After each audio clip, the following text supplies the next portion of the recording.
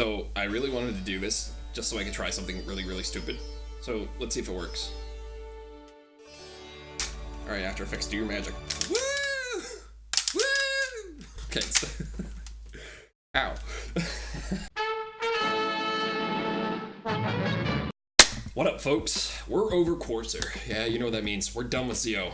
And you know, we're only like 2 weeks late with this video, but whatever, it's okay. Because I had other things I needed to do and other things I needed to talk about and some more things I need to update you on later on. So stay to the end of the video so you guys can see the big blurb I usually do at the end. Yeah, you might want to watch that, especially if you saw the last video, because I have some more I need to say. Toka Twitter, I love you, but good God, you guys get crazy sometimes, let me tell you. This whole year, I've just been seeing nothing but majority of people straight up shitting all over Zi-O. And I mean like full on like dropped trowel and like just like cranked that dude's mouth open and went, you know what I mean? And then there's other people that were like overly forgiving of the show, like, oh my God, this is the best thing ever. There's no Kamen Rider that's ever gonna beat this Kamen Rider series. It's too perfect. And then you have people like me who thoroughly enjoyed the show that we got, was upset by some of the bad glaring things, but overall with our previous understanding of Kamen Rider shows and what that show ended up being, it's fine. It's whatever. It's okay. Better than other ones. Go back in the trash. I see you. Why are you getting out? Go back in. Back in! We'll talk about that one another day. Promise. Just not today. Ain't got time for that. Nobody has time to die 4 or 5 times in their own show and they come back. Sorry, can't talk about it when it comes back. So I wanted to get into the good and the bad and the overall opinion and my personal feelings on the show. Well, you're gonna be getting a lot of those throughout this whole thing anyway, so whatever, let's just get into it. Let's start with the good. Zi-O's uncle is the best. Togo's uncle is the best. I love him to death. It's been so long since we had like a Tachibana kind of figure that wasn't just Evolt.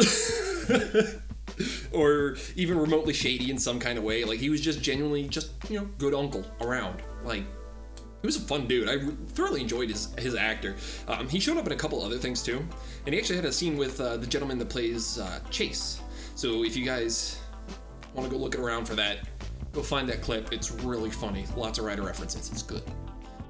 So yeah, now that we got the most important character out of the way, all the Woz fanboys screaming and also playing their Beyond drivers in the distance. Y'all hear that? Listen. Yeah, there it is. Huh. I love the suits. All the suits were great. There was like maybe a couple that I was like, about, but for the most part, all the Rider suits were all really, really cool and pretty well put together. And when it came to the Another Riders, the monsters of the season, I think there was maybe 2 that I was just like, forget those, get them out of my face. I don't need them. They suck. All the other ones, though, holy crap, did we get some really, really neat stuff. If I had to mention my 2 least favorite ones, probably Another Ghost. I don't know what happened there. It looks like it's Ghost, but it's not. It doesn't have the same kind of like bulk to Ghost. So I was just like, Also, I didn't like the hair, and I think the hair was a good choice. And then the other one I really did not like was Another Kikai. The Kikai the Kikai arc. Wow, the Kamen Rider Kikai arc was really, really neat. I really liked it. I thought it was fun. And the only thing I didn't like about it was the Another Rider suit. It was just got a log monster. Cool.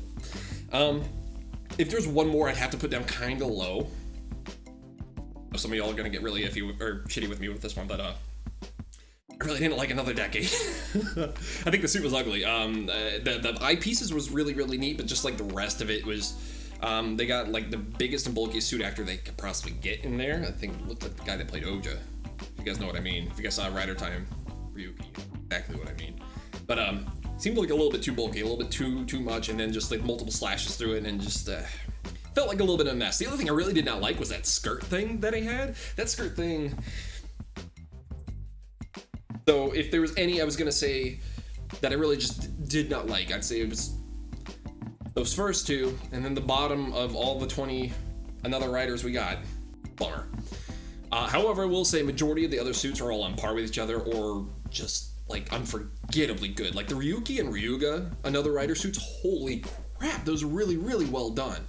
And then the whole Fives and Fours-A thing, I really, really like that concept of taking two of them and putting them together. I also just think it's funny that they did the whole 4 and 5 thing. Another thing I want to talk about were the .5 episodes. They were all so damn good. So many little tiny bits and pieces and in-jokes that just crack me up. Some of my favorite bits were the scene with Shirakura popping up, the whole magenta and pink thing with Decade, and then the last two, which were just heartbreaking. Because, like, they just flat out were like, yeah, we're done. And I was like, but I need you. And I will say the .5s for the first half of Zi-O, like, it really made that show a lot more enjoyable because it had some rockiness at the beginning. So one thing I will applaud them, and when I say them, I mean like everybody that worked on the show, the fact they got back as many returning actors as they did. That's tough. That's really, really tough, especially with Japanese agencies and how jam-packed they fill up their clients' schedule. Like, it gets ridiculous. Like, it's really hard to squeeze in people here or there. So like I said, with the few people that we did get back, like, awesome, and I'll get back to that soon because it actually ties into something else I really wanted to get into at the end. Actually, I think it's probably one of my most favorite things about Zi-O, so we'll get there soon. Let's talk about some of the characters I really enjoyed other than Uncle. Sogo. He's so dumb. Heart's in the right place, super, super dumb. He wants to do this big, ambitious stuff, and, like, oh my god, like, he's a dingus, but I relate with him so damn much. Like, he genuinely just wants to do good and be that bigger and better person he knows he can be and wants to be. And then even when he has to sacrifice that near the end, like, he still did it with all the same intentions he had from the get-go. He just wants to be the good dude that saved everybody or did something better than what everyone thinks he was going to be. Damn it, I relate to that. That was really, really a lot of fun. I won't say that he had too crazy much of characterization or character development, but I mean, the best way I could describe him is Sogo's just Sogo. Like, he was very much his own writer and kind of really aloof doing his own thing, but when he got serious, the dude would get serious, and it was a lot of fun. I also really appreciated his actor. Okuno-so, I believe is his name? I might be wrong with that. Editor Dusty, am I correct? Cool. I'm gonna say cool if I was right or wrong anyways. So, his actor, whenever they had more dramatic stuff, more emotional kind of stuff, he was really hitting it, and it made me kind of happy for him, because from what I understand, he actually wants to be in more dramatic roles. He wants to really be one of those kind of actors, and more power to him. I hope he gets to do that. He really deserves it. It was fun. Next character I want to talk about was the new meme lord. Get out of here, Dan Kuroto. We don't need you anymore. Stop it. No. Get over there. Stop it. We're gonna stop that bit. I hate that bit. I'm not doing it anymore. Woz was fun. From the very, very beginning, all the way to just about the time that Kiva arc happened. Yeah. Don't get me wrong, he has some good parts after that, but for the most part, in the first half of the show, Woz was the character you were pretty much there for. You want to know what his whole deal was. You want to know why he was so weird. You want to know what all his Wagamo-ing was about. Wow, Wagamo-ing, that's a new term. For me, my two favorite characters from the show that were from the show specifically, Sogo and Woz. They were a lot of fun. The other two, we'll get there. Alright, so let's talk about the Meat Eaters, which blew me away. I was so ecstatic about that. I actually thought they were just gonna be toys that were just gonna pump out and they were just gonna be there, and no, they actually ended up being full-on suits and having their own characters and storylines, and actually featured actors from other shows. Like we have the gentleman that played Red Buster from Go Busters back as Kamen Rider Quiz, and then we had the gentleman that was Burger Ninja or Star Ninja from Ninja as Kamen Rider Shinobi. And those two things were neat. Those were really, really neat. Then we also had the guy that played Kikaider in the new Kikaider reboot, which, if you guys didn't know, he was in Kamen Rider before, go check out those Gaim and Kikaider episodes, because those are totally canon to Gaim. Yeah, he's back as Kamen Rider Kikai. And that was such a nice little touch, and like the whole idea of Kikai was really, really neat. So much so, it feels like a lot of those ideas for Kikai kind of got shoved onto something Reiwa-ish, if you catch my drift. Let's talk about the other stuff I liked, like the non-tribute episodes of Zi-O, like the stuff where it was pretty much just Zi-O cast dealing with Zi-O problems, not the Zi-O cast dealing with Another Rider problems. So, well, it's still Another Rider problems because most of those episodes featured Another Zi-O. And the Another Zi-O suit, I really like that suit. I thought it was super neat.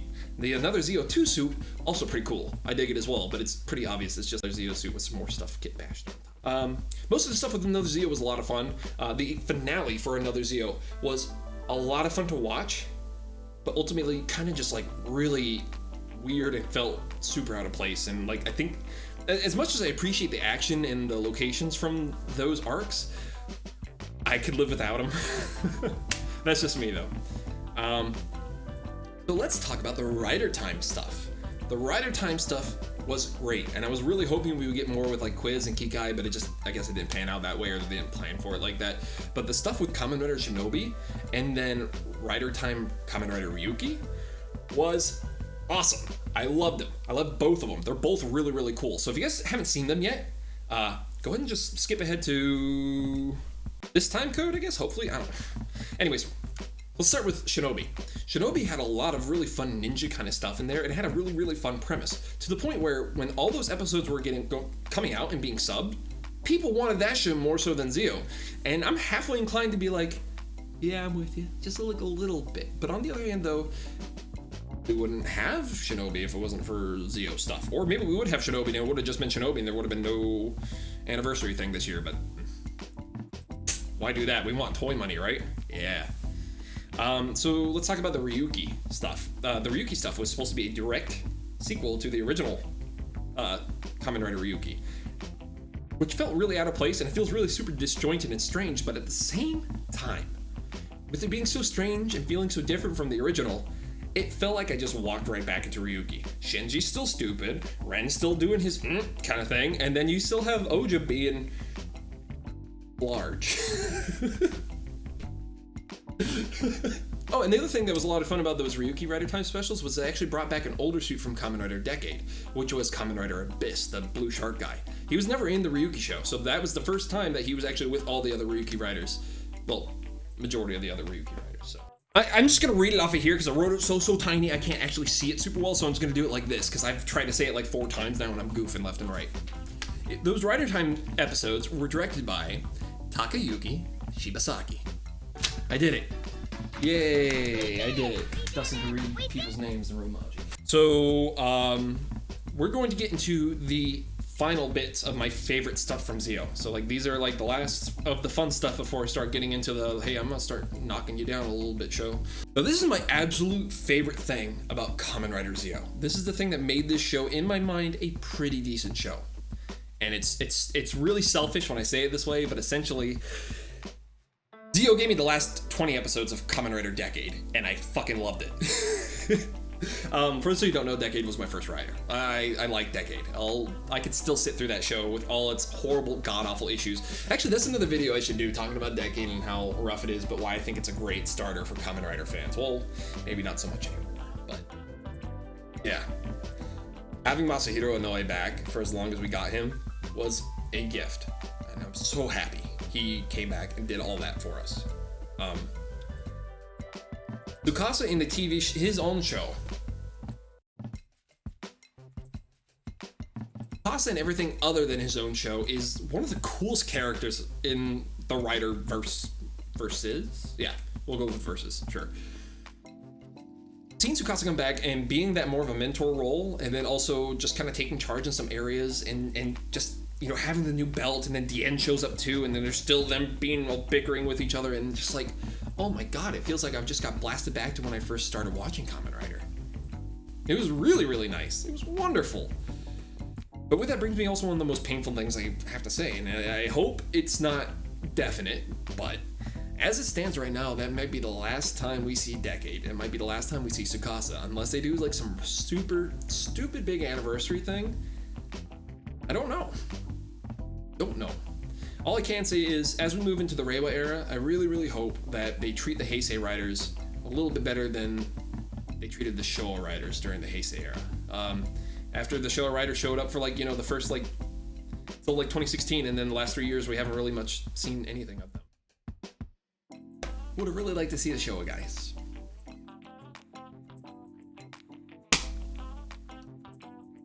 Oh, I miss Showa stuff. Showa Rider's fun. Go watch some Showa Rider. Personally, I really like Kamen Rider 1979. Sky Rider's fun. It's cool. It's got some crossover stuff in there too. Check that out. So, the surprises. This show had surprises. And I want to tell you about the first surprise I got.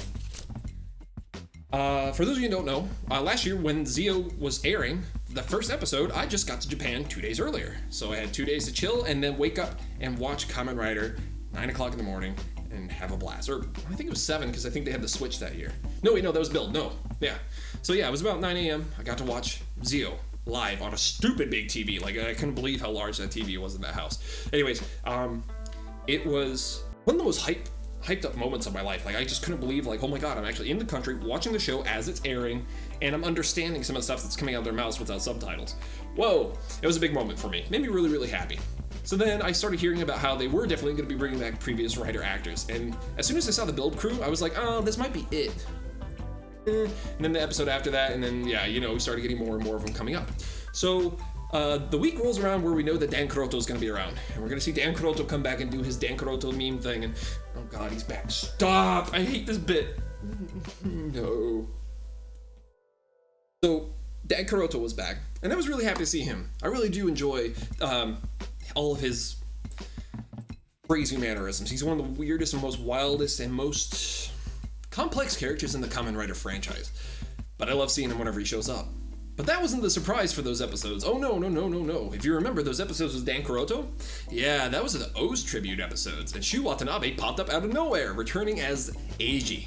Made me very, very happy. Eiji is my favorite Kamen Rider. I love O's very, very much. O's is very near and dear to my heart, so much so I actually dressed up like O's at Anime Expo.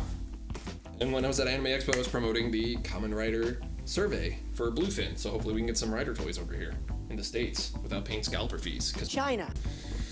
But yeah, I love O's, and just seeing Shu Watanabe pop up on screen like that, I was freaking out. I was sitting there with my 2 coffees and my tiny like omelet that I get the lady across the street made for me because I wake up absurdly early and say hi to her every morning.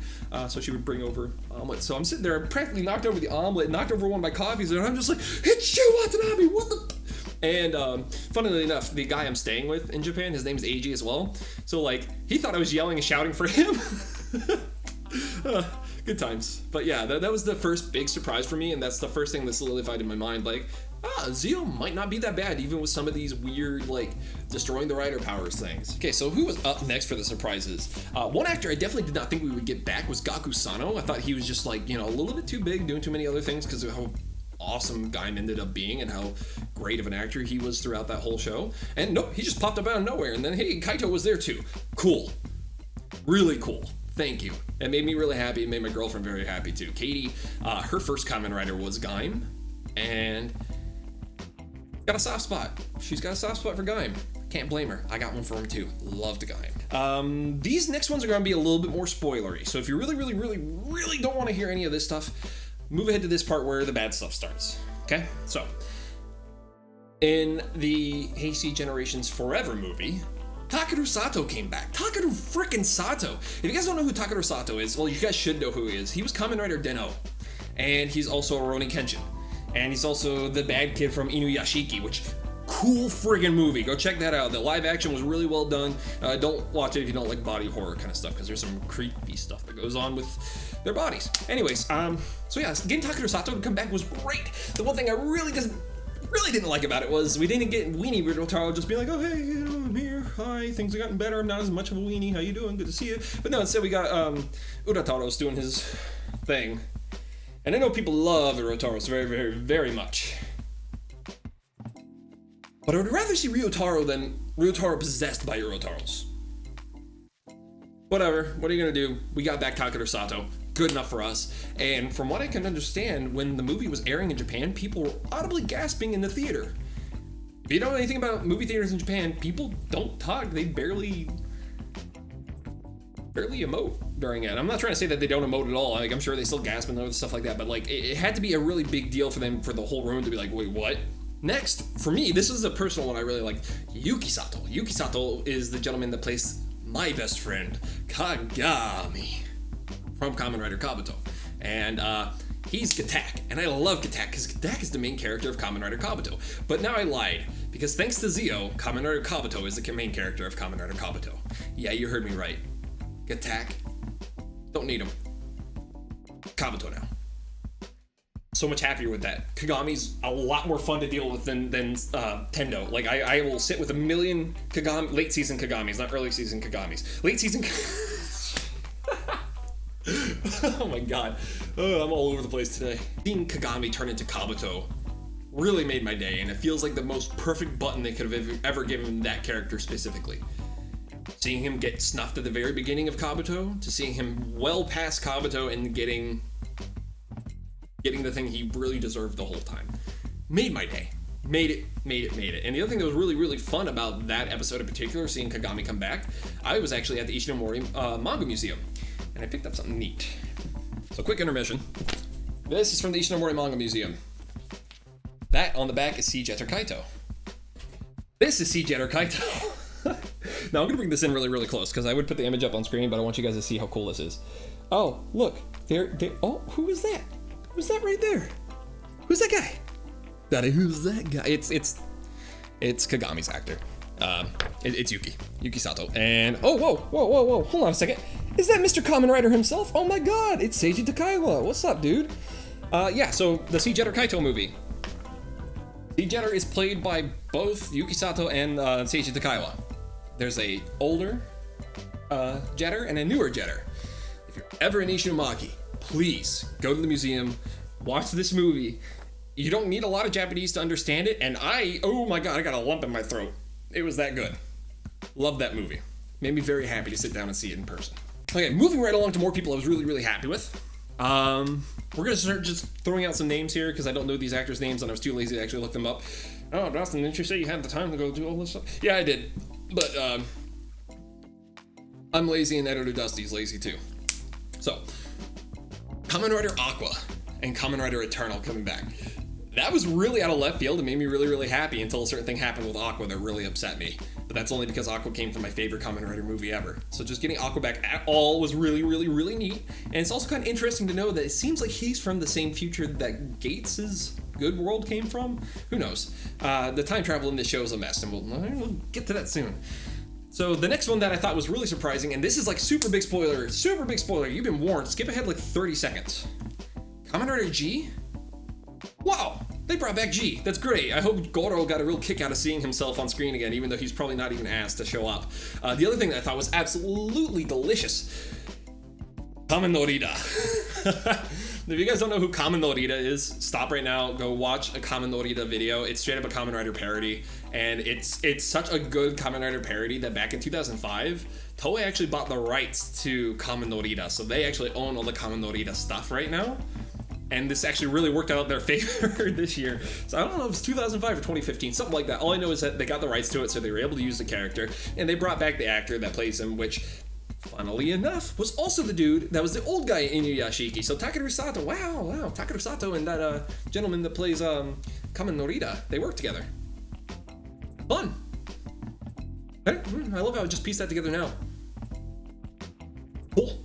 I'm just gonna go off this list really quickly because I don't want to rag on the show too much. Ultimately, like, I still like it. I think it's great. I think it was a lot of fun, but doesn't mean it doesn't have its issues. Every Rider show has its issues. This one has like a whole 2 pages worth of issues, so. All right, what's up first? The time travel in the Rider and Another Rider rules. Yeah, that got thrown out the window really fast, didn't it? From the get-go, I did not like the idea that the Riders were losing their powers. I would have preferred it to be a thing where it's like, maybe they just don't lose their whole powers, or just the main Rider goes and the other guys are there to still back stuff up. Or do what they did with Soichi, where they pass them the watch and then the belt shows up and they start doing their thing and fight alongside them. I would have been much happier seeing Zi-O fight alongside the previous Riders more. And I feels like that was just something that just kept getting messed with more and more and more. The time travel too, that's one of those things where I love time travel stories, but even I am a little bit confused by this one. And I try to be forgiving of it too, because there's another type of travel that happens in this show that I think directly affected the time travel of this show. Dimension hopping, and that's kind of what happens when Decade shows up. So the time travel stuff was a mess from the get-go. We can already tell it was a mess from the get-go, and honestly, they really didn't do the time travel stuff too crazy much. Sure, it happened occasionally, but it wasn't like the main focus of the show. when you're supposed to be a show themed around time. Yikes. Okay, well, like I said, the first half of the show, they really did focus on going back and forth in time and having to go back to go fight the thing at a certain time and then pulling the powers out of the rider, all that crap. And like, I did not like those earlier episodes. I really feel like Zi-O had like a turning point around the 20s, somewhere in the 20s, had a really solid turning point, and everything after that kind of just dropped all those ideas that were in the early part of the show that just didn't really work too crazy much, and just threw them out and tried to write in anything they could to make it feel better. I don't necessarily hate that, but on the other hand, though, it does make it a lot more difficult for the writers and the director. And speaking about writers and directors, 3 writers and 8 directors for this whole show. Whoa. But to be fair, though, 2 of the writers were the main writers for the whole thing, and they were contacting the previous writers of the show, so they were actually really trying to get as much information as they could for the most part. They had some stumbles and they had some complete flops here or there, but for the most part, I think they did their best to give us the best tribute episodes they can give us with the returning actors they got. It's hard to get actors back. It really is, and unless they really, really enjoyed the role, and unless they didn't blow the hell up right after it, there's a pretty good chance they aren't going to be coming back. So, like, be happy we got who we got back, because who we did get back was great, better than what we got back with Decade. So the other thing that makes this a little bit awkward is that the show is just tough to write for. From what I could understand, they had ideas laid out of what they wanted to do without any of the meat and potatoes actually in there. It's kind of like having a soup, but there's no meat, no potatoes, no carrots, it's just the broth. So they had the broth ready, but then they had to get the other ingredients in there to make it actually work. And sometimes they would be forgetting parts of the recipe, and we got what we got. But again, there's only so much you can do when you are constantly changing your script to the point where you're even changing it on set. And there's also only so much you can do when you lose an actor and then another actor comes in, so you have to fill in the role of that actor. It happens. And again, I'm really happy with what we got out of all the tribute stuff for the most part. One in particular, and we'll get to that later. But I was really, really, really, really looking forward to some more of a cohesive story, because when Rider does stories that are like overarching plots with little overarching mini arcs in there, like, that's good stuff. It's really good stuff. Build spoiled the hell out of me, let me tell you. But yeah, it's just, I really wish there was a little bit more in there. If I had to give this soup a name, it would be water. Yeah, it's a bummer. But I mean, again, only so much you can do when you have to constantly be rewriting and changing things and shifting it around. Imagine you have a script and then like next week you have to bring it in, and then they're like, okay, we need this, and this gone, and then we need you to refill these in, and you got 2 days. You got this. See you then. Then you just got to scramble and write whatever the hell you can just so you can keep your job and get the thing out there so they can continue doing their job. So it seems like they wanted to have a break in there somewhere, the 2 writers, so they actually hired somebody else to come in and do one specific arc, and it seems like they got a short break in that time. Why did it have to be Toshiki Inoue? Don't get me wrong, Toshiki Inoue has written some really, really fun and exciting stuff. And if I remember correctly too, he also helped a little bit on the Ryuki stuff. Actually, I think he did write the Rider Time Ryuki stuff. But more specifically, the Kiva arc, that felt all over the hell and gone. The only thing about it I remember and being really happy about were the arms monsters, most specifically Garu. So, okay, cool. Good to see you back. Glad to see you're still on your romance subplot bullshit. Thank you for not throwing anybody in the river. Okay, now we're gonna move on to the last little bit of things from Zi-O that I just could not stand, and I just was really bummed or disappointed with. So let's start with the first group, the Time Jackers. I've never been more bored with villains in a Kamen Rider show before, and I've seen ones that had one that showed up in the last 7 episodes. Looking at you, Kai, or Ultraman Orb, or whatever the hell. Not Ultraman Orb, like the show. I mean, like, he's the guy that played Ultraman Orb. He was also the bad guy in Den-O. Okay, cool. Glad you got you caught up. Cool. All right, so yeah, so we had those 3, and like, girl was a consistent backstabbing jerk. The boy was, he got better. I liked him by the end of it. You know what? Take that back. I don't like Schwartz, and I don't like Uda. I think, is her name Uda? Uda? The one in the blue, the light blue, the girl one. Yeah.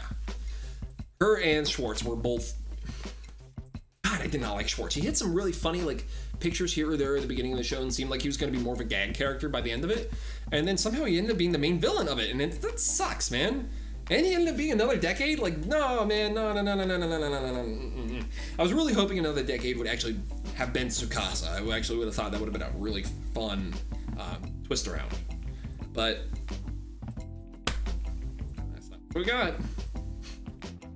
But I'm not that upset, because it's also just one of those situations where I understand what this is. And it happens. So, whatever. Stuff happens. It's a stupid kid show. Whatever. Next character that I was actually super bummed and disappointed with was Gates. Gates was started off pretty strong. I thought he was going to be a super antagonistic writer for majority of the show, and I'd say he was an antagonistic writer for about half the show. When he wasn't flip-flopping in between, oh, he's fine, oh, he's evil, oh, Zi-O, no, he's okay, no, he's oh, Zi-O, oh, he's fine, I don't remember anything anymore, so he's just oh, Zi-O. Whatever. Just whatever. Gates was a bummer, and it sucks too because I like his actor. His actor seems like a pretty cool dude. Also, I'm kind of bummed. I really wanted to know what was up with his toddler harness. Like, is there like a scar, or is it just like, you know, he ran away from his folks at Disney World when the chain broke, and then he just never found him, and he just kind of grew into the harness? Like, God damn it. Yeah. Like the other thing too that bothered me about Gates was I was really hoping he would get another form. I don't like forms that do flipping in between the two, because usually what happens is one gets used more than the other, and I really feel like Shippu got used a shit ton in that show. So yeah, let's move on to the character I had the biggest problems with, and it's the one that it seems like everybody had really big problems with, but I do want to preface this by saying, up until this part in the show happened, she was fine. She has amnesia, and she forgot to tell everybody, kinda, other than Gates, and Gates was just like, oh yeah, by the way, that was really weak. I would have been a little bit happier if they alluded to that stuff way sooner. It really feels like they were just trying to scramble and write something for the end. The fact we got a Kamen Rider Tsukiyomi was really, really neat. I love that suit. I thought it was really, really well done, and man, it was cool to see her for all of 30 seconds in the show. Like, actually 30 seconds. Like, you can check how much time she had in suit. It's about 30 seconds, or less than a minute for sure. And then, like, how she ended up doing the whole parallel, like, Kivala and Decade, you know, getting stabbed in the tum-tum, but then, you know, got stabbed in the tum-tum from behind. Meh. And then having Sogo turn into Oma Zi-O and change everything for the end, and then they had a Neon Genesis high school ending. Like, I really wish the ending was better than it was, but it was pretty rough. So yeah, that's pretty much it when it comes to the bad stuff. So let me give you my overall feelings on Zi-O. Kamen Rider Zi-O is one of those shows where if you've seen previous Kamen Rider shows, you're going to find some kind of enjoyment in it. You might not find the whole thing to be enjoyable, but you will find some enjoyment in it. The episodes where it focuses mostly on just Zi-O's story and the Meat-Eaters, those things are a lot of fun. I really enjoyed those stories and those arcs. The things that ended up being really, really weak are ones where they couldn't bring back certain actors, or they can only do so much, or they wrote this really contrived thing that they eventually wrote out of the show, like, oh, we took your powers, sorry. I wish that they had more time to make this show. I feel like what happened with Zi-O was that they had a really solid base idea of what they wanted to make, then they had to hurry it up and get it done. And they also had to, at the same time, contact all those actors and agents and try to get anybody else they could to be on the show. Whoa, that's a lot to do, and it's really, really hard to do, and it's kind of shocking how some of the previous writer actors didn't even know that they were going to be doing a thing like this year. So I'd like to put the blame on Toei a little bit there. I feel like they could have better prepared for this show, maybe done some contracts well before the show started so then they can guarantee people would be there at certain times. But again, you know, it all comes down to budget and then schedules. Whatever, sometimes things happen, you just can't get it done. So that's where I get forgiving with some of that stuff. But overall, would I recommend Kamen Rider Zi-O as a series for somebody to watch? Would I recommend it as a beginner show? That's a hard maybe. And the only reason why I say hard maybe is that I'm also somebody that thinks Decade's a pretty decent starter. If you've never seen Kamen Rider before and you don't really have an understanding or a concept of what Kamen Rider is, and all you want to do is just see the suits and get a decent understanding of everybody, there you go. The Decade method works for Zi-O to a degree. Where it doesn't really work for Zi-O is that it's kind of crazy long. It's a full-length series. Decade is, you know, shorter, so it's a little bit easier to digest. Also, you don't have to worry about knowing who certain people are, so when they show up, you aren't confused. That's the other thing about Decade I liked. With the alternate universe writers, you don't really need to know who they are, you just needed to know what the writer was and what the writer was about. And I think Zi-O sometimes nailed that. Sometimes. Did I mention Ginga? Ginga sucks, and I fucking hated it. The Kiva arc was bad. Toshiki Inoue, I'm gonna throw you in a river.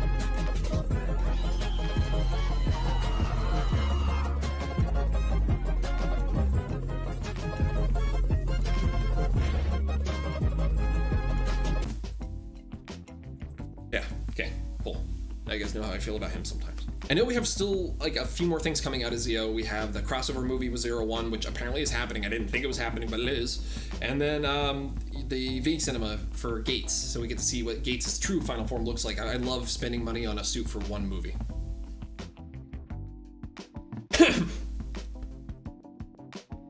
If I had to give Zi-O like a number rating, I would probably give it like a solid 6.5. Like 6.5, yeah. And the only reason why I give it 6.5 is that like I said, there's a lot to be desired, and it's not the best Rider show out there, but it's also not completely unwatchable or boring. That's one thing I will hand to Zi-O. It's entertaining. Even if it's stupid, it's really entertaining. Like, there's some fun action stuff in there. The suits are great, and just some of the callbacks they had were awesome. I bet you guys didn't notice this thing, because if you're not a show dork like me, you might not know this. Kamen Rider Aqua's attack where he takes his fingers and drags them down to the ground and the water comes splashing out of everywhere. That's Stronger's Den Shock, but it's done as Aqua's Aqua Shock. And I'm just like, oh! And it was neat. It was really, really neat. Aqua had a lot of Showa Rider homage moves. Like, they brought that back in this movie too, so... whoever was paying attention to the Aqua stuff, like, was really paying attention to the Aqua stuff. Thank you so much. Why'd you fucking kill him? Yeah, anyways, alright, so yeah, that's it. That's it. 6.5. Yeah, 6.5.